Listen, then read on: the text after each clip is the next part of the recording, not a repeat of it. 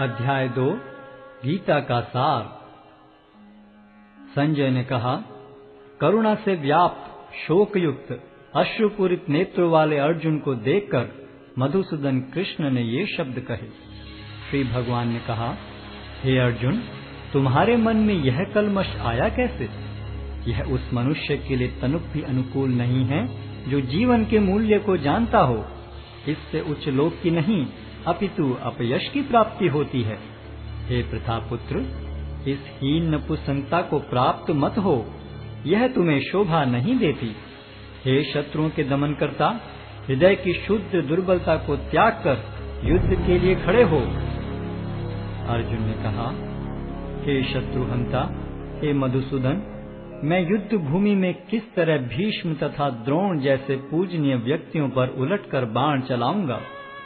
ऐसे महापुरुषों को जो मेरे गुरु हैं, उन्हें मारकर जीने की अपेक्षा इस संसार में भीख मांगकर खाना अच्छा है। भले ही वे सांसारिक लाभ के इच्छुक हों, किंतु हैं तो गुरुजन ही। यदि उनका वध होता है तो हमारे द्वारा भोग्य प्रत्येक वस्तु उनके रक्त से सनी होगी। हम यह भी नहीं जानते कि हमारे लिए क्या श्रेष्ठ है, उनको जीतना या उनके द्वारा जीते जाना। यदि हम धृतराष्ट्र के पुत्रों का वध कर देते हैं तो हमें जीवित रहने की आवश्यकता नहीं है, फिर भी वे युद्ध भूमि में हमारे समक्ष खड़े हैं। अब मैं अपनी कृपण दुर्बलता के कारण अपना कर्तव्य भूल गया हूँ और सारा धैर्य खो चुका हूँ। ऐसी अवस्था में मैं आपसे पूछ रहा हूँ कि जो मेरे लिए श्रेयस्कर हो उससे निश्चित रूप से बताएं।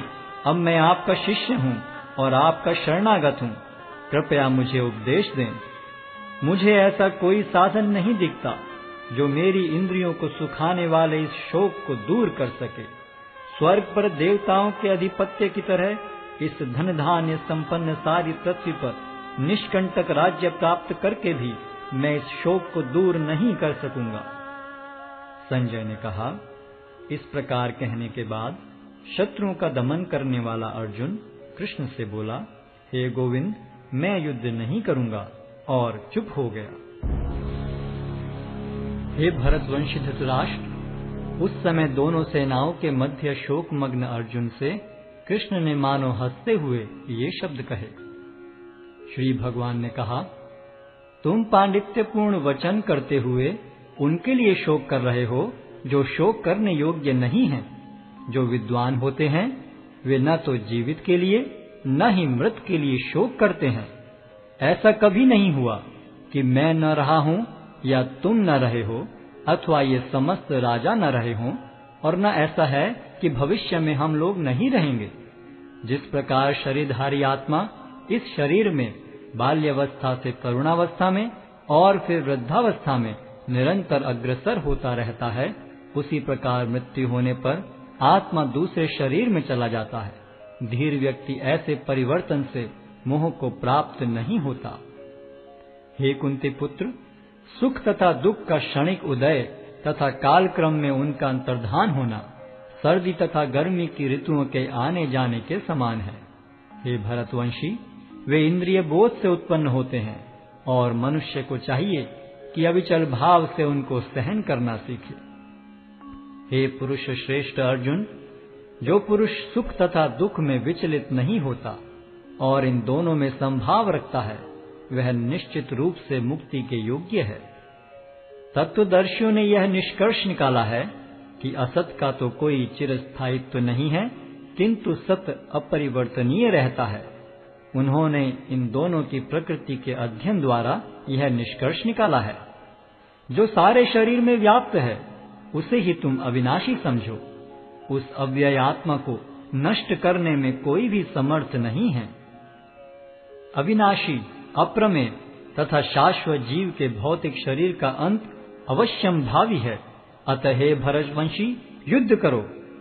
जो इस जीवात्मा को मारने वाला समझता है तथा जो इसे मरा हुआ समझता है, वे दोनों ही अज्ञानी हैं, क्योंकि आत्मा न तो मरता है और न मारा जाता है। आत्मा के लिए किसी भी काल में न तो जन्म है न मृत्यु। वह न तो कभी जन्मा है, न जन्म लेता है और न जन्म लेगा। वह अजन्मा नित्य, शाश्वत तथा पुरातन है। शरीर के मारे जाने पर वह मारा नहीं जाता। हे पार्थ, जो व्यक्ति यह जानता है कि आत्मा अविनाशी, अजन्मा, शाश्वत तथा अव्यय है, वह भला किसी को कैसे मार सकता है या मरवा सकता है? जिस प्रकार मनुष्य पुराने वस्त्रों का त्याग कर नए वस्त्र धारण करता है, उसी प्रकार आत्मा पुराने तथा व्यर्थ के शरीरों को त्याग कर नवीन भौतिक शरीर धारण करता है।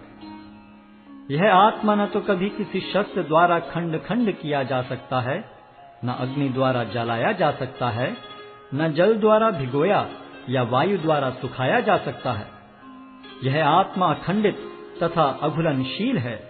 इसे न तो जलाया जा सकता है, न ही सुखाया जा सकता है। यह शाश्वत, सर्वव्यापी, अविकारी, स्थिर तथा सदैव एक सा रहने वाला है। यह आत्मा अव्यक्त, अकल्पनीय तथा अपरिवर्तनीय कहा जाता है। यह जानकर तुम्हें शरीर के लिए शोक नहीं करना चाहिए। किंतु यदि तुम यह सोचते हो कि आत्मा अथवा जीवन का लक्षण सदा जन्म लेता है तथा सदा मरता है, तो भी हे महाबाहु, तुम्हारे शोक करने का कोई कारण नहीं है। जिसने जन्म लिया है उसकी मृत्यु निश्चित है, और मृत्यु के पश्चात पुनर्जन्म भी निश्चित है। अतः अपने अपरिहार्य कर्तव्य पालन में तुम्हें शोक नहीं करना चाहिए।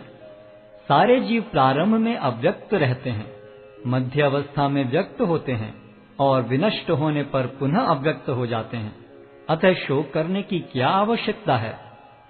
कोई आत्मा को आश्चर्य से देखता है, कोई इसे आश्चर्य की तरह बताता है तथा कोई इसे आश्चर्य की तरह सुनता है, किंतु कोई कोई इसके विषय में सुनकर भी कुछ नहीं समझ पाते। हे भरतवंशी, शरीर में रहने वाले का कभी भी वध नहीं किया जा सकता। अतः तुम्हें किसी भी जीव के लिए शोक करने की आवश्यकता नहीं है। क्षत्रिय होने के नाते अपने विशिष्ट धर्म का विचार करते हुए तुम्हें जानना चाहिए कि धर्म के लिए युद्ध करने से बढ़कर तुम्हारे लिए अन्य कोई कार्य नहीं है। अतः तुम्हें संकोच करने की कोई आवश्यकता नहीं है। हे पार्थ, वे क्षत्रिय सुखी हैं जिन्हें ऐसे युद्ध के अवसर अपने आप प्राप्त होते हैं, जिससे उनके लिए स्वर्ग लोक के द्वार खुल जाते हैं। किंतु यदि तुम युद्ध करने के स्वधर्म को संपन्न नहीं करते, तो तुम्हें निश्चित रूप से अपने कर्तव्य की उपेक्षा करने का पाप लगेगा और तुम योद्धा के रूप में भी अपना यश खो दोगे। लोग सदैव तुम्हारे अपयश का वर्णन करेंगे, और सम्मानित व्यक्ति के लिए अपयश तो मृत्यु से भी बढ़कर है। जिन जिन महान योद्धाओं ने तुम्हारे नाम तथा यश को सम्मान दिया है, वे सोचेंगे कि तुमने डर के मारे युद्ध भूमि छोड़ दी है, और इस तरह वे तुम्हें तुच्छ मानेंगे। तुम्हारे शत्रु अनेक प्रकार के कटु शब्दों से तुम्हारा वर्णन करेंगे और तुम्हारी सामर्थ्य का उपहास करेंगे। तुम्हारे लिए इससे दुखदाई और क्या हो सकता है? हे कुंती पुत्र, तुम यदि युद्ध में मारे जाओगे तो स्वर्ग प्राप्त करोगे, या यदि तुम जीत जाओगे तो पृथ्वी के साम्राज्य का भोग करोगे। अतः दृढ़ संकल्प करके खड़े हो और युद्ध करो। तुम सुख या दुख, हानि या लाभ, विजय या पराजय का विचार किए बिना युद्ध के लिए युद्ध करो। ऐसा करने पर तुम्हें कोई पाप नहीं लगेगा। यहाँ मैंने वैश्लेषिक अध्ययन द्वारा इस ज्ञान का वर्णन किया है। अब निष्काम भाव से कर्म करना बता रहा हूँ, उसे सुनो। हे प्रतापपुत्र, तुम यदि ऐसे ज्ञान से कर्म करोगे तो तुम कर्मों के बंधन से अपने को मुक्त कर सकते हो। इस प्रयास में न तो हानि होती है न ही ह्रास, अपितु इस पथ पर की गई अल्प प्रगति भी महान भय से रक्षा कर सकती है। जो इस मार्ग पर चलते हैं वे प्रयोजन में दृढ़ रहते हैं और उनका लक्ष्य भी एक होता है। हे कुरुनंदन, जो दृढ़ प्रतिज्ञ नहीं है उनकी बुद्धि अनेक शाखाओं में विभक्त रहती है। अल्पज्ञानी मनुष्य वेदों के उन अलंकारिक शब्दों के प्रति अत्यधिक आसक्त रहते हैं जो स्वर्ग की प्राप्ति, अच्छे जन्म, शक्ति इत्यादि के लिए विविध सकाम कर्म करने की संस्तुति करते हैं। इंद्रिय तृप्ति तथा ऐश्वर्य में जीवन की अभिलाषा के कारण वे कहते हैं कि इससे बढ़कर और कुछ नहीं है। जो लोग इंद्रिय भोग तथा भौतिक ऐश्वर्य के प्रति अत्यधिक आसक्त होने से ऐसी वस्तुओं से मोहग्रस्त हो जाते हैं, उनके मनों में भगवान के प्रति भक्ति का दृढ़ निश्चय नहीं होता। वेदों में मुख्यतः प्रकृति के तीनों गुणों का वर्णन हुआ है। हे अर्जुन, इन तीनों गुणों से ऊपर उठो, समस्त द्वैतों और लाभ तथा सुरक्षा की सारी चिंताओं से मुक्त होकर आत्मपरायण बनो। एक छोटे से कूप का सारा कार्य एक विशाल जलाशय से तुरंत पूरा हो जाता है।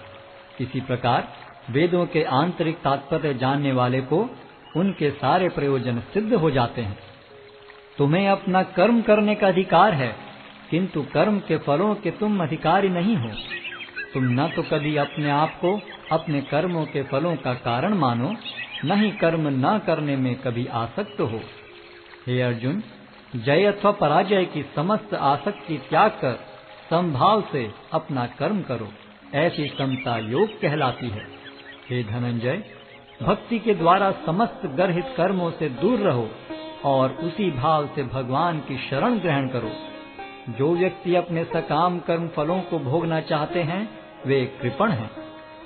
भक्ति में संलग्न मनुष्य इस जीवन में ही अच्छे तथा बुरे कार्यों से अपने को मुक्त कर लेता है। अतः योग के लिए प्रयत्न करो, क्योंकि सारा कार्य कौशल यही है। इस तरह भगवत भक्ति में लगे रहकर बड़े बड़े ऋषि, मुनि अथवा भक्तगण अपने आप को इस भौतिक संसार में कर्म के फलों से मुक्त कर लेते हैं। इस प्रकार वे जन्म मृत्यु के चक्र से छूट जाते हैं और भगवान के पास जाकर उस अवस्था को प्राप्त करते हैं जो समस्त दुखों से परे है। जब तुम्हारी बुद्धि मोह रूपी सघन वन को पार कर जाएगी, तो तुम सुने हुए तथा सुनने योग्य सब के प्रति अन्य मनस्क हो जाओगे। जब तुम्हारा मन वेदों की अलंकारमयी भाषा से विचलित न हो और वह आत्म साक्षात्कार की समाधि में स्थिर हो जाए, तब तुम्हें दिव्य चेतना प्राप्त हो जाएगी। अर्जुन ने कहा, हे कृष्ण, अध्यात्म में लीन चेतना वाले व्यक्ति के क्या लक्षण हैं? वह कैसे बोलता है तथा उसकी भाषा क्या है? वह किस तरह बैठता और चलता है? श्री भगवान ने कहा, हे पार्थ, जब मनुष्य मनोधर्म से उत्पन्न होने वाली इंद्रिय तृप्ति की समस्त कामनाओं का परित्याग कर देता है और जब इस तरह से विशुद्ध हुआ उसका मन आत्मा में संतोष प्राप्त करता है, तो वह विशुद्ध दिव्य चेतना को प्राप्त स्थित प्रज्ञ कहा जाता है। जो त्रय तापों के होने पर भी मन में विचलित नहीं होता अथवा सुख में प्रसन्न नहीं होता और जो आसक्ति, भय तथा क्रोध से मुक्त है, वह स्थिर मन वाला मुनि कहलाता है। इस भौतिक जगत में जो व्यक्ति न तो शुभ की प्राप्ति से हर्षित होता है और न अशुभ के प्राप्त होने पर उससे घृणा करता है, वह पूर्ण ज्ञान में स्थिर होता है। जिस प्रकार कछुआ अपने अंगों को संकुचित करके खोल के भीतर कर लेता है, उसी तरह जो मनुष्य अपनी इंद्रियों को इंद्रिय विषयों से खींच लेता है, वह पूर्ण चेतना में दृढ़ता पूर्वक स्थिर होता है। देहधारी जीव इंद्रिय भोग से भले ही निवृत्त हो जाए, पर उसमें इंद्रिय भोगों की इच्छा बनी रहती है। लेकिन उत्तम रस के अनुभव होने से ऐसे कार्यों को बंद करने पर वह भक्ति में स्थिर हो जाता है। हे अर्जुन, इंद्रियां इतनी प्रबल तथा वेगवान हैं कि वे उस विवेकी पुरुष के मन को भी बलपूर्वक हर लेती हैं, जो उन्हें वश में करने का प्रयत्न करता है। जो इंद्रियों को पूर्णतया वश में रखते हुए इंद्रिय संयम करता है और अपनी चेतना को मुझ में स्थिर कर देता है, वह मनुष्य स्थिर बुद्धि कहलाता है। इंद्रिय विषयों का चिंतन करते हुए मनुष्य की उनमें आसक्ति उत्पन्न हो जाती है और ऐसी आसक्ति से काम उत्पन्न होता है और फिर काम से क्रोध प्रकट होता है। क्रोध से पूर्ण मोह उत्पन्न होता है और मोह से स्मरण शक्ति का विभ्रम हो जाता है। जब स्मरण शक्ति भ्रमित हो जाती है तो बुद्धि नष्ट हो जाती है और बुद्धि नष्ट होने पर मनुष्य भवकूप में पुनः गिर जाता है। किंतु समस्त राग तथा द्वेष से मुक्त एवं अपनी इंद्रियों को संयम द्वारा वश में करने में समर्थ व्यक्ति भगवान की पूर्ण कृपा प्राप्त कर सकता है। इस प्रकार से कृष्ण भावनामृत में तुष्ट व्यक्ति के लिए संसार के तीनों ताप नष्ट हो जाते हैं और ऐसी तुष्ट चेतना होने पर उसकी बुद्धि शीघ्र ही स्थिर हो जाती है। जो कृष्ण भावनामृत में परमेश्वर से संबंधित नहीं है, उनकी न तो बुद्धि दिव्य होती है और न ही मन स्थिर होता है, जिसके बिना शांति की कोई संभावना नहीं है। शांति के बिना सुख हो भी कैसे सकता है। जिस प्रकार पानी में तैरती नाव को प्रचंड वायु दूर बहा ले जाती है, उसी प्रकार विचरणशील इंद्रियों में से कोई एक जिस पर मन निरंतर लगा रहता है, मनुष्य की बुद्धि को हर लेती है। अतः हे महाबाहु, जिस पुरुष की इंद्रियां अपने अपने विषयों से सब प्रकार से विरत होकर उसके वश में हैं, उसी की बुद्धि निस्संदेह स्थिर है। जो सब जीवों के लिए रात्रि है, वह आत्म संयमी के जागने का समय है, और जो समस्त जीवों के जागने का समय है, वह आत्म निरीक्षक मुनि के लिए रात्रि है। जो पुरुष समुद्र में निरंतर प्रवेश करती रहने वाली नदियों के समान इच्छाओं के निरंतर प्रवाह से विचलित नहीं होता और जो सदैव स्थिर रहता है, वही शांति प्राप्त कर सकता है, वह नहीं जो ऐसी इच्छाओं को तुष्ट करने की चेष्टा करता हो। जिस व्यक्ति ने इंद्रिय तृप्ति की समस्त इच्छाओं का परित्याग कर दिया है, जो इच्छाओं से रहित रहता है और जिसने सारी ममता त्याग दी है तथा अहंकार से रहित है, वही वास्तविक शांति को प्राप्त कर सकता है। यह आध्यात्मिक तथा ईश्वरीय जीवन का पथ है, जिसे प्राप्त करके मनुष्य मोहित नहीं होता। यदि कोई जीवन के अंतिम समय में भी इस तरह स्थित हो, तो वह भगवत धाम में प्रवेश कर सकता है।